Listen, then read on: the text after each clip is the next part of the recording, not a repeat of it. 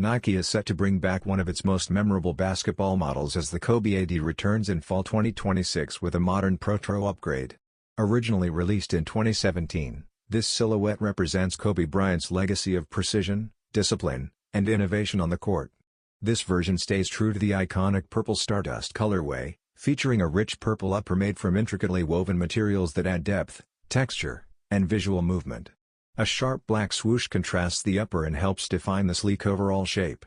The low-cut design promotes natural movement, while the sculpted heel adds structure and support.